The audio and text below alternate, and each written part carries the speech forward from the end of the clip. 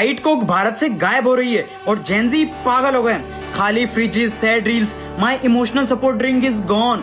सबसे डरावना part diet Coke नहीं है, क्यों गायब हो गई अचानक से? क्योंकि भारत में एल्यूमिनियम कैन शॉर्टेज चल रही है और यही से शुरू होती है भारत की most dangerous economic reality. Bharat दुनिया का सेकंड लार्जेस्ट एल्यूमिनियम प्रोड्यूसर है। हमारे पास 350 साल पुराना बॉक्साइट रिजर्व है, चीप लेबर भी है। तो फिर हम श्रीलंका और कोरिया से एल्यूमिनियम कैंस इंपोर्ट क्यों कर रहे हैं? भारत रॉ मटेरियल बेचता है और बाकी कंट्रीज उस रॉ मटेरियल से असली पैसा बनाती है। भारत मिट्टी से निकालता है, उस एल्यूमिनियम को बनाता है, फिर वही एल्यूमिनियम यूएई को भेज देता है और यूएई सिर्फ एक फाइनल रोलिंग प्रोसेस करता है और सेम प्रोडक्ट भारत को डबल प्राइस पे बेच देता है। मतलब भारत सारा घटिया लो प्रॉफिट वर्क करता है और foreign countries high profit business ले जाती है। और यही ट्रैप सिर्फ एल्यूमिनियम में नहीं है, India pharmacy of the world है, लेकिन मैन केमिकल एपीआई चाइना से इंपोर्ट करता है। रेयर अर्थ मिनरल्स हैं लेकिन फैक्ट्रीज नहीं। आयरन ओर है लेकिन बुलेट ट्रेन स्टील इंपोर्ट करता है। हम रिसोर्सेज में अमीर हैं लेकिन वैल्यू क्रिएट में गरीब हैं और इसी वजह से भारत में छोटे बिजनेसेस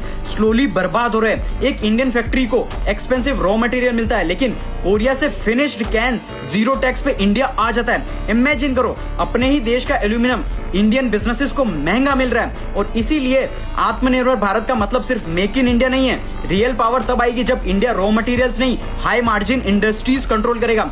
धर्म बचाना है, रिलीजन बचाना, छोटी जाति कास्टिज्म करने से कभी पावरफुल नहीं बनेगा, क्योंकि फ्यूचर उन कंट्रीज का नहीं है जिनके पास रिसोर्सेज है। आज पावरफुल कौन है? China, America. क्यों? क्योंकि एआई और टेक और वैल्यूएबल स्किल्ड लोग हैं उनके पास। अगर एआई स्किल सीखनी है तो मुझे फॉलो करके कमेंट कर